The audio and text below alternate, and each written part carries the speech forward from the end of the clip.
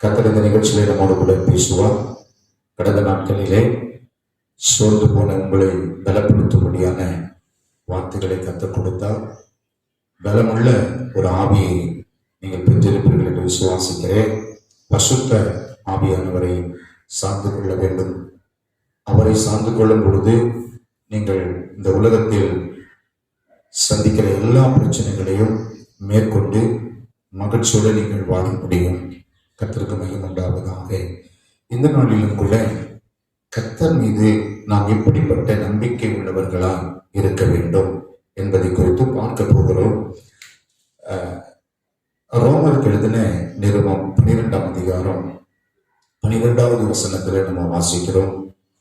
நம்பிக்கையிலே சந்தோஷமாயிருங்கள், உபத்திரவத்திலே பொறுமையாயிருங்கள், ஜெபத்திலே உறுதியாய் தரித்திருங்கள் என்று எழுதப்பட்டிருக்கிற வார்த்தையை நம்ம பார்க்கிறோம். கவனியுங்கள், நம்பிக்கையிலே சந்தோஷமாயிருங்கள். நம்முடைய நம்பிக்கை எப்படிப்பட்டதாக இருக்கிறது? நாம் சந்தோஷம் அடைய வேண்டுமானால் நாம் நம்பிக்கை எதன் மீது வைத்திருக்கிறோம் என்பது ரொம்ப முக்கியம். நம்முடைய நம்பிக்கை பொறுத்ததே நம்முடைய சந்தோஷம் இருக்கிறது. நாம் கர்த்தரை நம்ப வேண்டும். வேதம் சொல்லுகிறது, கர்த்தர் மேல் நம்பிக்கை வைத்து கர்த்தரையே இந்த நம்பிக்கை கொண்டு வாழ்கிற மனுஷன் பாக்கியவான் என்று சொல்லப்படுகிறது. நாம் கர்த்தர் மீது அதிக நம்பிக்கை உள்ளவர்களாக நாம் இருக்க வேண்டும். குறிப்பாக நம்முடைய வாழ்க்கையில நெருக்கத்துல, பாடுகள் மத்தியில, சில எதிர்பாராத சூழ்நிலைகள் நம்மை சோர்வடைய செய்யப்படுது. அந்த மாதிரியான சூழ்நிலையில தேவன் மீது அளவில்லாத நம்பிக்கை நமக்கு இருக்க வேண்டும். கர்த்தர் மீது அப்பொழுது நமக்கு நம்பிக்கை பெருக வேண்டும். ஆபிரகாமுடைய வாழ்க்கையில 20 ஆண்டு காலத்துக்கு மேலே அவன் எதிர்பார்த்த காரியம் நடக்காவிட்டாலும் அவர் கர்த்தர் மீது வைத்திருக்கிற நம்பிக்கை குறையவில்லை. ரோமர் 4ஆம் அதிகாரம் 19ஆம் வசனத்திலே சொல்லப்பட்டிருக்கிறது, ஆபிரகாம் நம்பப்படுவதற்கு ஏதுவில்லாமல் இருந்தும் அதை நம்பினான், விசுவாசித்தான். சாராள் கர்ப்பம் செத்து போனதை எண்ணாதிருந்தான், விசுவாசித்தான் என்று சொல்லி பார்க்கிறோம்.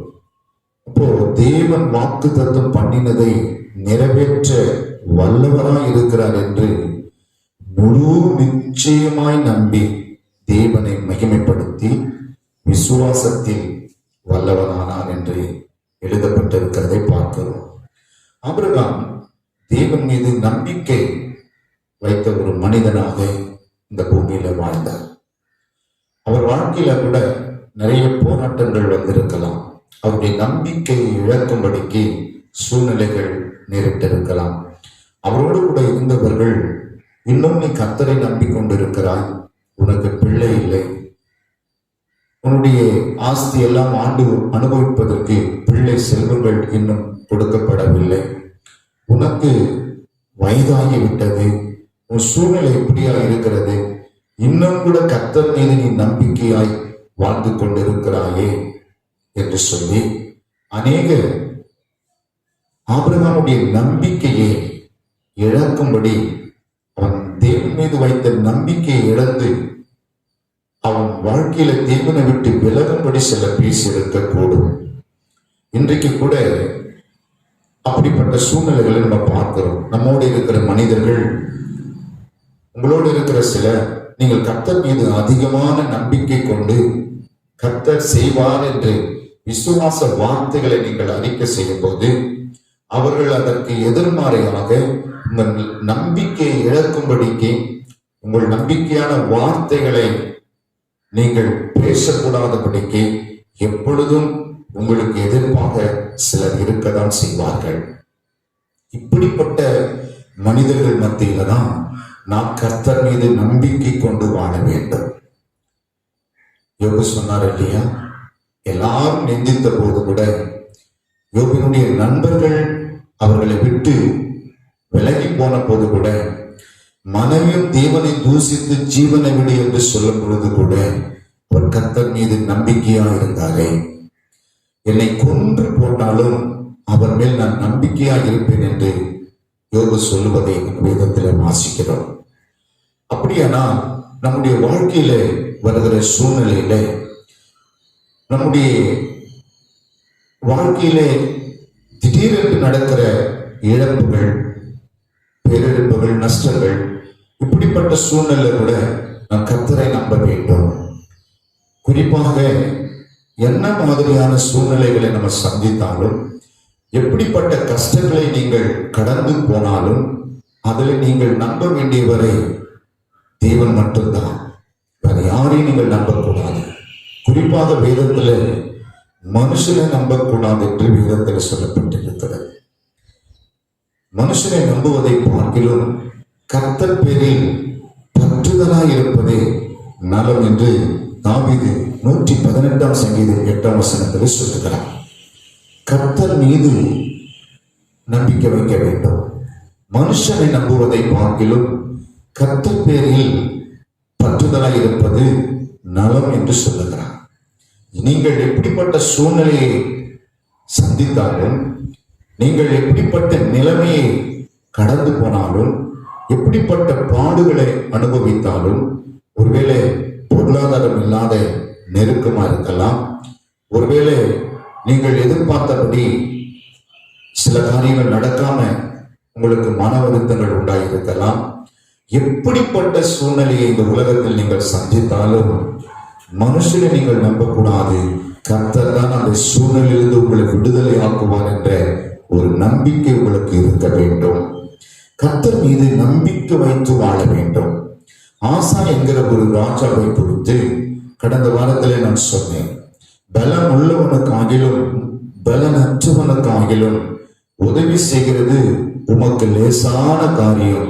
ஆண்டவரே, இந்த ஏராளமான கூட்டத்தை எதிர்த்து நிற்க எங்களுக்கு பலன் இல்லை, ஆகிலும் எங்கள் கண்கள் உண்மை நோக்கி பார்க்கிறது, மனுஷர்கள் உண்மை மேற்கொள்ள விடாதிரும் என்று சொல்லி ஆசா ஜெபித்த போது எத்தியோப்பியரை முறையடிக்கக்கூடிய பலனையும் ஆசாவுக்கு கர்த்தர் கொடுத்தார்.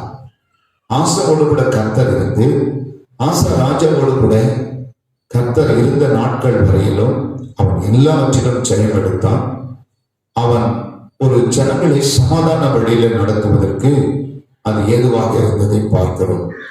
இதே ஆசா ராஜா 2 நாளாகவும் 15வது அதிகாரத்தில் நீங்கள் வாசித்த பொழுது அங்கே சீரியா ராஜாவை சார்ந்து கொண்டான். கர்த்தர் மேலுள்ள நம்பிக்கையை அப்படியே திசை திருப்பி சீரியா ராஜாவினுடைய படையின் மீது நம்பிக்கை வைத்து விட்டான். பாருங்க, கர்த்தரை நம்பியிருந்த அவன் ஒரு குறிப்பிட்ட காலத்துல மனிதர்களோடு கூட நெருங்கிய உறவு வைத்துக் கொண்டு மனிதர்கள் மீது நம்பிக்கை வைத்து விட்டான். அவரோடு கூட சேர்ந்து ஆசா ராஜாவை முறையடிக்கும்படிக்கு சீரிய ராஜாவை சார்ந்து கொண்டதே, சீரியருடைய படையை சார்ந்து கொண்டதை வேதத்திலே பார்க்க முடிகிறது.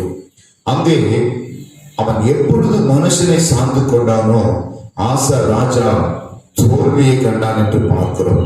அவன் ஆரம்பத்திலே கர்த்தரை சார்ந்து வாழ்ந்த வரையிலும் அவனுக்கு வந்த போராட்டம், பிரச்சனைகள், நெருக்கங்கள், அவனுக்கு வந்த எதிரிகள் எல்லாவற்றையும் கர்த்தர் முறையடித்து ஒரு வெற்றி உள்ள வாழ்க்கையும் ஒரு சந்தோஷமான வாழ்க்கையும் அவனுக்கு தேவன் கொடுத்திருந்தான். பாருங்கள், அவன் அப்படியே கர்த்தரை சார்ந்து கொள்வதை விட்டுவிட்டு மனுஷனை சார்ந்து கொண்டதனால் அவன் ஒரு பெரிய தோல்வியை சந்தித்தான். கடைசியிலே அவனுடைய மரணம் கூட கொடூரமாக இருந்தது. கால்களில் வியாதி உண்டவனாக அவன் மரித்தான் என்று பார்க்க முடிகிறது. இது எதை காட்டுகிறது என்றால், தேவன் மீது வைத்த நம்பிக்கையை ஒரு மனுஷன் மீது கொண்டு போய் நாம் வைக்கும் பொழுது தேவனிடத்திலிருந்து வருகிற நன்மையை நம்ம பெற முடியாமல் போகிறது. இன்றைக்கு கூட சூழ்நிலையை கண்டு திடீரென்று மனுஷன் மேல நம்பிக்கை வைத்து விடுகிறோம். எவ்வளவுதான் கர்த்தர் மீது நமக்கு விசுவாசம் இருந்தாலும், எவ்வளவுதான் கர்த்தரை நம்ம ஆராதித்து பின்பற்றினாலும், அவர் அற்புதங்களை செய்கிற தேவன் என்று அறிந்தாலும், சில சூழ்நிலை நிமித்தமாக மனிதன் மீது நம்ம நம்பிக்கை வைத்து விடுகிறோம். இந்த காலங்களில் நீங்கள் ஒன்று அறிய வேண்டும், எப்படிப்பட்ட சூழ்நிலையா இருந்தாலும் உங்கள் நம்பிக்கை கர்த்தர் மீது இருக்க வேண்டும். உங்கள் நம்பிக்கை கர்த்தர் மீது இருப்பதை கர்த்தர் அறிவார். கர்த்தரை விட்டு நீங்கள் மனிதனை நம்பும் பொழுது கர்த்தர் அதை கவனித்து பார்ப்பார். மனுஷனை நம்பப்படுவதற்கு அவன் எம்மாத்திரம் என்று வேதம் சொல்லுகிறது. மனுஷனை மனுபுத்திரனை நம்புவதற்கு அவன் எம்மாத்திரம். மனுஷன் எம்மாத்திரம்.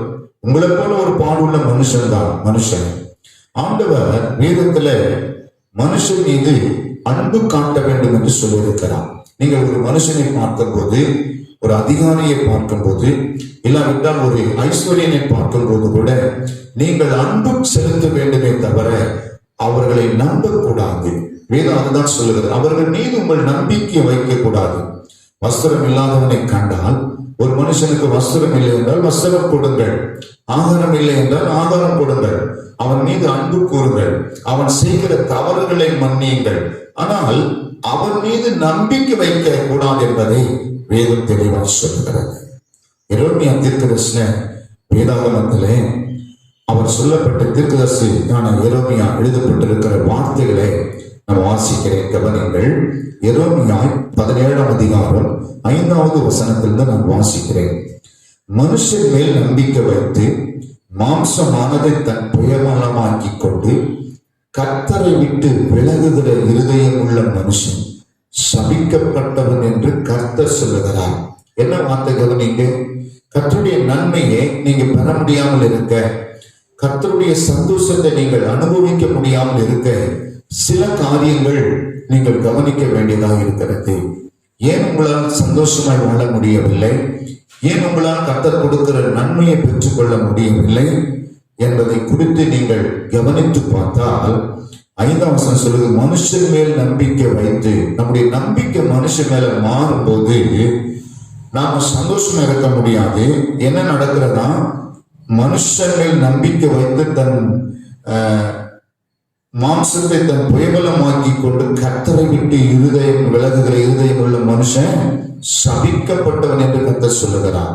இப்போ அந்த மனுஷன் மேல நம்பிக்கை வைக்கிற மனுஷன் எப்படி இருப்பான் அப்படின்றது அந்த 6ஆம் வசனம் சொல்ல பாருங்க. அவன் அந்தர வெளியில் கரளையை போன செடியை போல் இருந்து நன்மை வருகிறதை காணாமல். மனுஷன் மேல நம்ம நம்பிக்கை வைக்கும் போது கர்த்தர் நமக்கு கொடுக்கிற அந்த நன்மையை காண முடியாது. நன்மையை வருகிறதை காணாமல். நன்மையை பார்க்கலன்னா சந்தோஷம் எப்படி வரும்? நன்மையை பார்த்ததான் எல்லாருக்கும் சந்தோஷம். நல்லது நடக்கும் போதுதான் மனுஷன் சந்தோஷமா இருக்கிறான். சில கஷ்டங்கள் வரும்போது மனிதனுடைய மனம் அவனை அறியாமலேயே அது வேதனைக்குள்ளாக போகிறது. நம்ம இப்படிப்பட்ட சூழ்நிலைகளை பார்க்கிறோம், சந்திக்கிறோம் இல்லையா? பாருங்க, கர்த்தரை விட்டு விலகுகிற இருதயம் உள்ள மனுஷன் சபிக்கப்பட்டவன் என்று கர்த்தர் சொல்றாரு. அவனுக்கு சாபம் தான் வந்துடுது. மனுஷன் மேல நம்பிக்கை வச்சீங்கன்னா, நீங்க ஆண்டவரை ஏற்றுக்கொண்டு ரட்சிக்கப்பட்டு நல்ல ஒரு விசுவாசம் உடையவர்களாய் ஜபத்தில நல்ல ஜப வீரர்களாய் இருந்தால் கூட சில காரியத்துக்கு நீங்கள் ஐஸ்வர்யங்களோ யாரையோ ஏதோ ஒரு மனுஷனை நீங்க நம்பினீங்கன்னா உங்க இருதயம் சபிக்கப்பட்டதாக பொழுது பாருங்க. இருதயம் சபிக்கப்பட்ட பொழுது, இருதயம் சபிக்கப்பட்ட உள்ள மனுஷனை நீங்க மாறீங்கன்னு வேதம் சொல்லுது. அப்போ மனுஷன் மேல நம்பிக்கை வைக்கிறது கர்த்தருக்கு பிரியம் இல்லை. ஆனா மனுஷனுக்கு நன்மை செய்யணும், மனுஷன் மீது அன்பு கூறணும், மனுஷனை நேசிக்கணும். உன்னை நேசிக்கிறது போல பிறனை நேசி என்று சொன்ன அந்த கற்பனையை நீங்கள் கடைபிடிக்கணும். ஆனா மனுஷனை நீங்கள் நம்பும் போது உங்கள் சந்தோஷம் போய்விடுகிறது, அடிபட்டு விடுகிறது. மனுஷனை நீங்க நம்பும் போதுதான் அந்த மனுஷன் உங்களுக்கு உதவி செய்யலைன்னா மன கஷ்டம் வந்துடுது. அந்த மனுஷனை நீங்கள் வெறுக்கிறவர்களா மாறிடுங்க. ஒரு மனிதன் வெறுக்கிறதுக்கு காரணம் என்னன்னா, அந்த மனிதன் அந்த மனுஷன் மீது வைக்கிற நம்பிக்கையே அதற்கு காரணமாக இருக்கிறது. ஒருவேளை நீங்கள் யாரையாவது வெறுத்திருக்கலாம், உங்களை மற்றவர்கள் வெறுத்திருக்கலாம். இதற்கு காரணம் என்ன? நீங்க கர்த்தரை நம்புறதை பார்க்கிறோம், அந்த மனிதனை அதிகமா நீங்க நம்புறதுனாலதான் அந்த வெறுப்பு உங்களுக்கு உண்டாகி இருக்கிறது. கர்த்தர் நல்லவர், கவனிங்க. அப்போ 6ஆம் வசனம் சொல்லுகிறது, அப்படி நம்புற மனுஷன் நன்மை வருகிறதை காணாமல் வனாந்தரத்தின் வறட்சியான இடங்களிலும் குடியில்லாத ஓர் நிலத்திலும் தங்குவான். எப்படி இருப்பான் பாருங்க, வறட்சியான இடங்களிலும். வறட்சி, இன்றைக்கு சந்தோஷம் போய் வறட்சி வர காரணம் என்ன?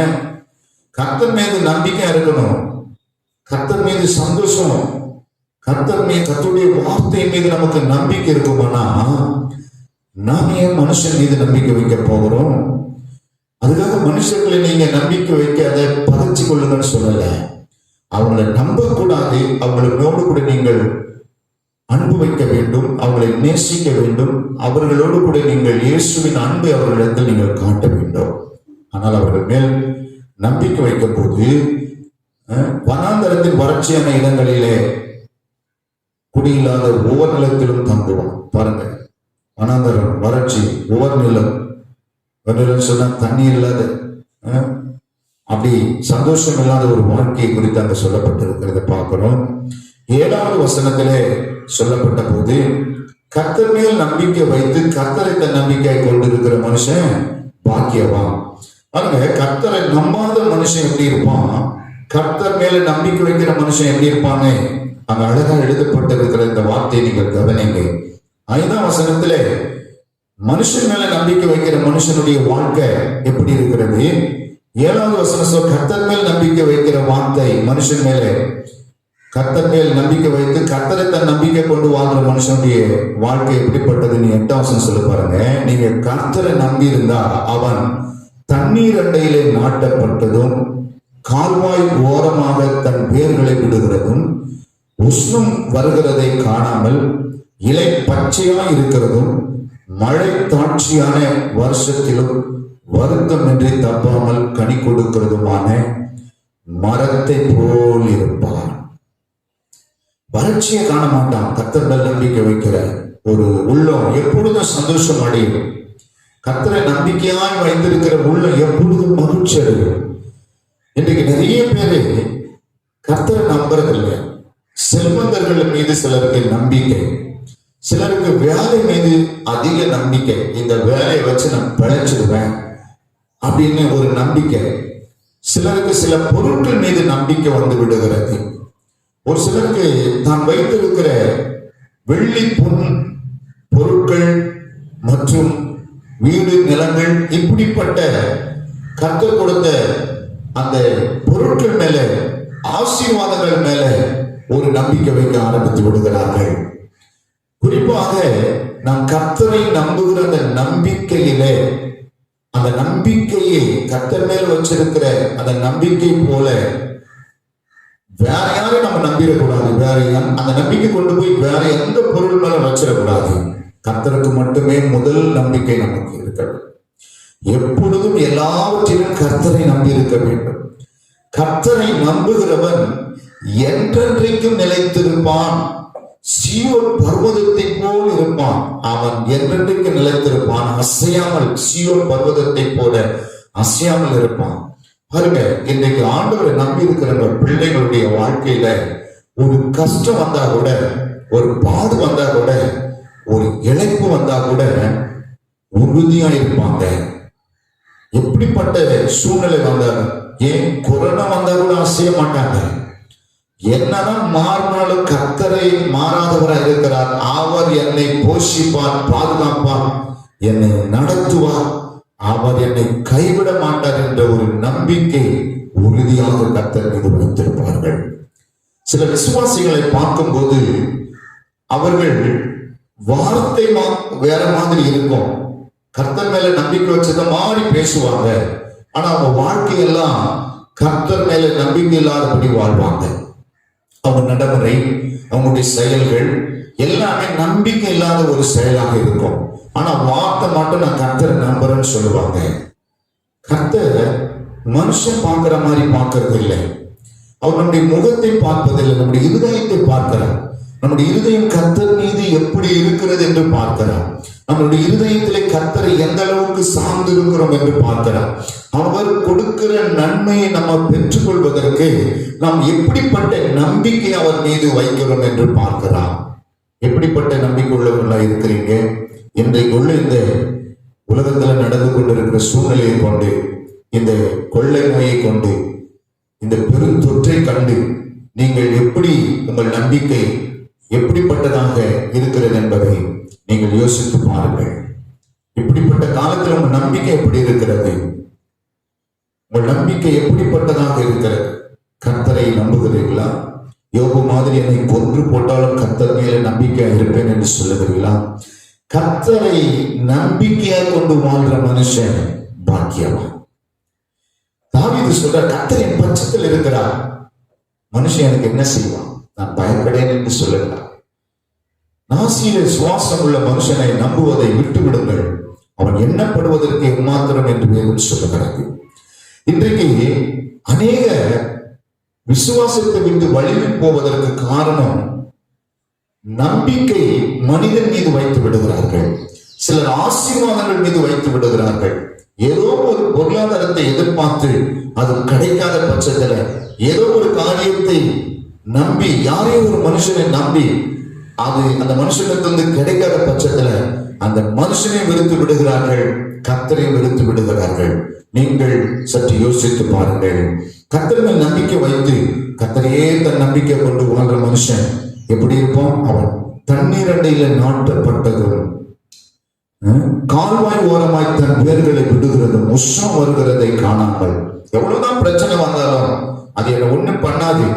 எவ்வளவுதான் அடிச்சாலும், எவ்வளவுதான் மிதிச்சாலும், எத்தனை பிரச்சனை வந்தாலும், தலைக்கு மேல வெள்ளம் புரண்டாலும் என்னை ஒன்றும் செய்யாது என்று சொல்லுவான். யார்? கர்த்தர்கள் நம்பிக்கை உள்ள ஒரு மனுஷன். அப்படிப்பட்ட ஒரு வாழ்க்கை இருப்பான். ஒரு கால்வா ஓரமா இருக்கிற செடி எவ்வளவுதான் வெயில் வந்தாலும் இந்த வெயில் என்ன ஒன்றும் பாதிக்காது அப்படின்னு பச்சை பசேல இருக்கும் பாருங்க. அது எப்போதும் செழிப்பா இருக்கும். அது கால்வா ஓரம் நாட்டப்பட்டதுனால தண்ணி ஓடிட்டே இருக்கும் கால்வாயில, இல்லையா? அந்த இலை எப்பவுமே காயாது, அது பச்சையா இருக்கும். ஆமா, கர்த்தர் மீது நம்பிக்கை வைக்கிற மனுஷன் கூட அப்படிதான் இருப்பான். அவனுக்கு எவ்வளவு வறட்சி வந்தாலும் அவன் சந்தோஷமா இருப்பான். அவனுக்கு எவ்வளவு வறட்சி வந்தாலும் கர்த்தருக்கு ஸ்தோத்திரம், என்ன நடந்தாலும் நன்றி ஐயா, யார் கைவிட்டாலும் நன்றி ஐயா அப்படின்னு ஆண்டவருக்கு நன்றி சொல்லிக் கொண்டு இருப்பான். இப்படிப்பட்ட நம்பிக்கை உள்ள ஜீவியம் தான் கர்த்தர் இன்னைக்கு எதிர்பார்க்கிறார். கடைசி காலத்துல கர்த்தர் மீது நம்பிக்கை உள்ள விசுவாசம் எத்தனை பேருக்கு இருக்குது? எத்தனை பேரை கர்த்தர் பார்ப்பார்? இந்த சூழ்நிலையை கண்டு நீங்க சொந்து போகாதீங்க. இன்றைக்கு கர்த்தர் உங்களை பார்த்து சொல்லுகிறார், நீங்க கர்த்தர் மீது நம்பிக்கையாக இருக்க வேண்டும். நீங்கள் ஏதோ ஒரு காரியத்தை நம்பிக்கொண்டிருக்கிறீங்க, உன் வழியை கர்த்தருக்கு ஒப்புவித்து அவர் மேல் நம்பிக்கை ஆகிறேன், அவரே எல்லா காரியத்தையும் வாய்க்க செய்வார் என்ற வேதவசனம் உங்களுக்காக தான் கொடுக்கப்பட்டது. கர்த்தருடைய வார்த்தையை நம்புங்க. மனுஷனுடைய வார்த்தைகளை நம்பாதீங்க.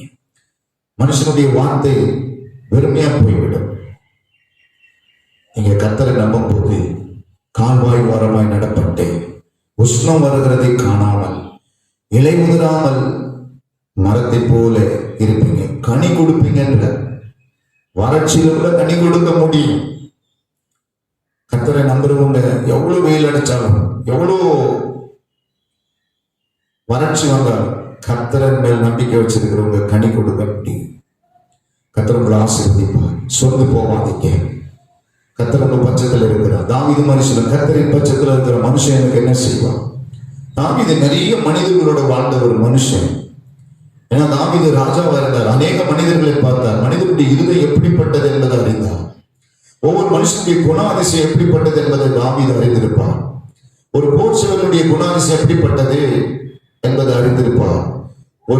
ஒவ்வொரு மனுஷனும் இஸ்ரவேல்ல 40 வருஷம் ஒரு ராஜபாரம் செய்யும் போது, லட்சக்கணக்கான மக்களை அவர் வழி நடத்தும் போது ஒவ்வொரு மனுஷனுடைய குணாதிசயங்களை அவர் பார்த்தாரு.